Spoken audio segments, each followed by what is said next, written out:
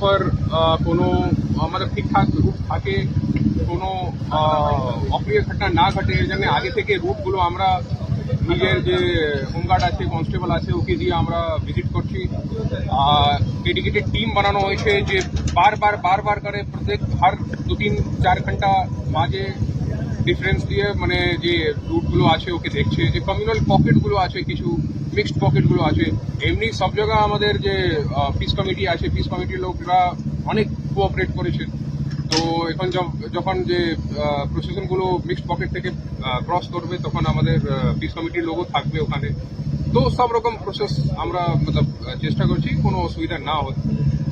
ঘাটগুলোকে পরিষ্কার করানো হয়েছে, সিসিটিভি লাইটগুলো লাগানো হয়েছে, বিকজ বিসর্জন হতে যখন চালু হবে তারপর থেকে হতে একটু লেট হয়ে যাবে, মানে 11-12 হতে পারে, 2-3 বেজে যাবে লেট নাইট। তো এই জন্য আমরা অলরেডি মিউনিসিপ্যালিটি, জেলা পরিষদ, বিডিও, এসডিও সব অফিস থেকে কন্ট্যাক্ট করে we have taken all the precautions কি বিসর্জন টাইমে কোনো অসুবিধা না। ঠিক আছে, ঠিক আছে। Thank you so much.